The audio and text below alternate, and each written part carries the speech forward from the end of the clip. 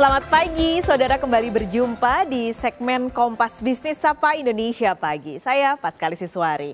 Saudara, di awal tahun 2024 ini pemerintah langsung gaspol kejar target untuk pemasukan negara. Nah, yang dilakukan kebijakan perdananya tahun ini adalah dengan menaikkan cukai rokok, baik itu rokok konvensional maupun rokok elektrik. Nah, dengan kenaikan tarif cukai hasil tembakau, maka sudah bisa dipastikan harga rokok akan naik. Kenaikan cukai ini dibuat berbeda-beda, saudara, tergantung dari jenis rokoknya. Kita akan lihat yang pertama, yang kenaikan tarif cukainya paling besar.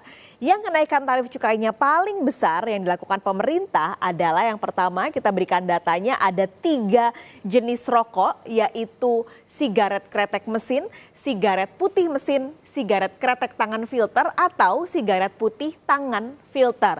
Kenaikannya untuk 3 jenis ini adalah 11,5% sampai 11,9%. Kami coba breakdown ya, saudara, dari ketiga jenis ini. Kalau sigaret kretek mesin, ini berarti semua prosesnya dibuat oleh mesin. Untuk golongan 1 naik 11,8%, sementara golongan 2-nya naik 11,5%. Golongan kedua atau jenis kedua adalah sigaret putih mesin. Ini juga semuanya memakai mesin, berarti tidak ada dengan buatan tangan orang. Ini naiknya untuk golongan 1 adalah 11,9%, berarti yang paling tinggi dari semua jenis ini. Sementara golongan 2-nya naik 11,8%. Lalu untuk yang ketiga adalah sigaret kretek tangan filter atau sigaret putih tangan filter. Naiknya adalah 11,8%. Dengan kenaikan dengan kisaran 11,5 sampai 11,9% tadi, maka tadi saya sudah informasikan juga yang paling naiknya tinggi gitu adalah sigaret putih mesin golongan 1. Kalau dibandingkan harga ecerannya dibandingkan tahun lalu sebelum naik, sekarang harga ecerannya adalah Rp2.380 per batang. Sementara sigaret kretek tangan filter atau sigaret putih tangan filter kini dijual dengan harga Rp2.260 per batang. Ini adalah kenaikan kedua yang tertinggi di golongan ini. Di jenis ketiga jenis ini yang kenaikannya paling tinggi 11,5 sampai 11,9%. Pemerintah kembali menyasar rokok-rokok buatan mesin, kalau tadi kami sudah sampaikan, untuk kenaikan tarif cukai yang lebih besar dibandingkan dengan rokok yang masih dibuat manual oleh pekerja dengan tangan. Kalau Anda nonton Gadis Kretek tuh, karyawan-karyawannya jengyah. Nah, ini kenaikan cukainya tidak setinggi dengan kenaikan yang tadi menggunakan mesin. Sigaret kretek tangan, saudara, kenaikan cukainya adalah dengan kisaran 3,3% sampai 4,7%. Ini dibedakan dengan golongan-golongan masing-masing. Jadi golongan 1 naiknya 4,7%, golongan 2 naiknya 4,2%, golongan 3 naiknya 3,3%. Jadi kalau kita bandingkan harga jual ecerannya dibandingkan dengan tahun lalu sebelum cukainya naik, ini kisarannya menjadi sekitar per batangnya adalah Rp725 sampai Rp1.375 per batang. Nah, kenaikan tarif cukai ini adalah hasil dari pertimbangan Kementerian Keuangan. Jadi ada beberapa yang dilihat untuk kenaikan cukai. Seperti yang pertama adalah sebenarnya selain untuk menambah pendapatan dan penerimaan negara, pemerintah juga ingin mengendalikan konsumsi, terutama mungkin untuk menyasar konsumsi yang dipakai atau yang dikonsumsi oleh anak-anak dengan usia di bawah umur yang sebenarnya belum boleh mengonsumsi rokok. Lalu juga ada keberlangsungan industri dan yang terakhir adalah pemberantasan rokok ilegal. Tadi saya juga sudah sampaikan gak hanya rokok-rokok konvensional yang kena cukai naik, rokok elektrik akhirnya juga resmi kena pajak karena pemerintah menilai penerapan pajak rokok elektrik ini harus segera dilakukan. Tahun ini dilakukan untuk memberikan keadilan kepada pelaku industri karena nggak fair kalau yang kena cukai dan pajak hanya rokok-rokok konvensional. Akhirnya diberikan pajak rokok elektrik adalah 10%. Kenaikannya dimulai pada tahun ini. Nah, penerimaan negara dari pengenaan pajak rokok elektrik ini hitung-hitungannya sebenarnya masih nggak besar. Kalau dilihat di tahun 2023 totalnya adalah 175 miliar rupiah. Berarti itu hitungannya adalah hanya 10% saja dari total 1,75 triliun rupiah untuk penerimaan cukai rokok.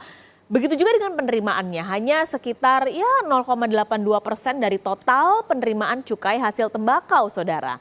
Jadi sebelum memberikan pajak pada tahun ini, sebenarnya sudah sempat ada protes gitu ketika pemerintah sebenarnya sudah ingin memberikan cukai atau pajak untuk rokok elektrik di beberapa tahun lalu. Akhirnya pemerintah oke lah kita kasih relaksasi, nggak akan ngenain pajak rokok elektrik saat pengenaan cukai atas rokok elektrik di sekitar 2018. Tapi dianggap transisinya sudah cukup dari 2018 sampai 2024 hingga akhirnya pada tahun ini implementasinya diberlakukan pajak rokok elektrik sebesar 10%.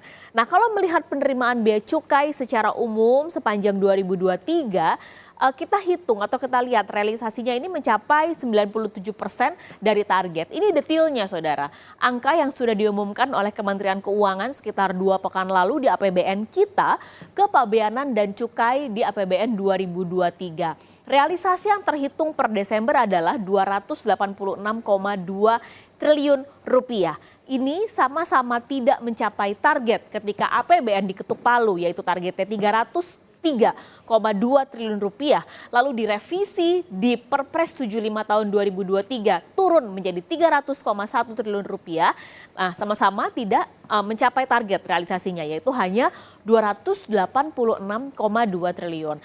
Tapi sebenarnya Kementerian Keuangan bilang kalau tidak mencapainya realisasi kepabeanan dan cukai ini salah satunya adalah karena pendapatan dari cukai rokok, saudara. Jadi tahun lalu ini sebenarnya pemerintah juga sudah naikin tarif cukai rokok dengan besaran rata-rata sekitar 10% untuk pengendalian konsumsi.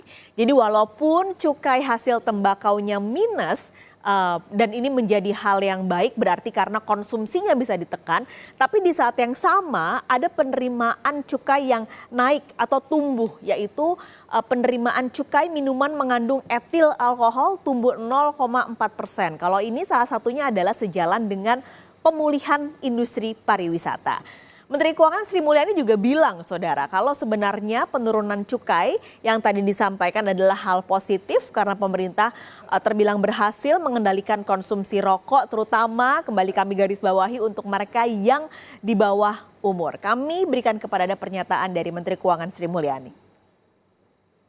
Produksi rokok mengalami penurunan, terutama golongan 1, yaitu produsen terbesarnya. Itu golongan 1 tuh turunnya bahkan mencapai 14%. Ini produsen rokok golongan 1 itu adalah yang raksasa paling besar.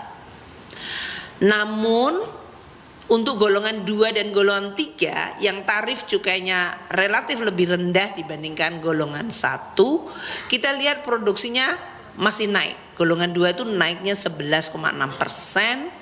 Dan golongan 3 ini yang banyak industri kecil yang pakai tangan, naiknya mencapai 28,2%. Ini berarti komposisi dari cukai hasil tembakau mengalami shifting, pergeseran. Dari yang tadinya golongan 1 sekarang pindah ke golongan 2 dan golongan 3 yang tarif cukainya naiknya tidak terlalu tinggi.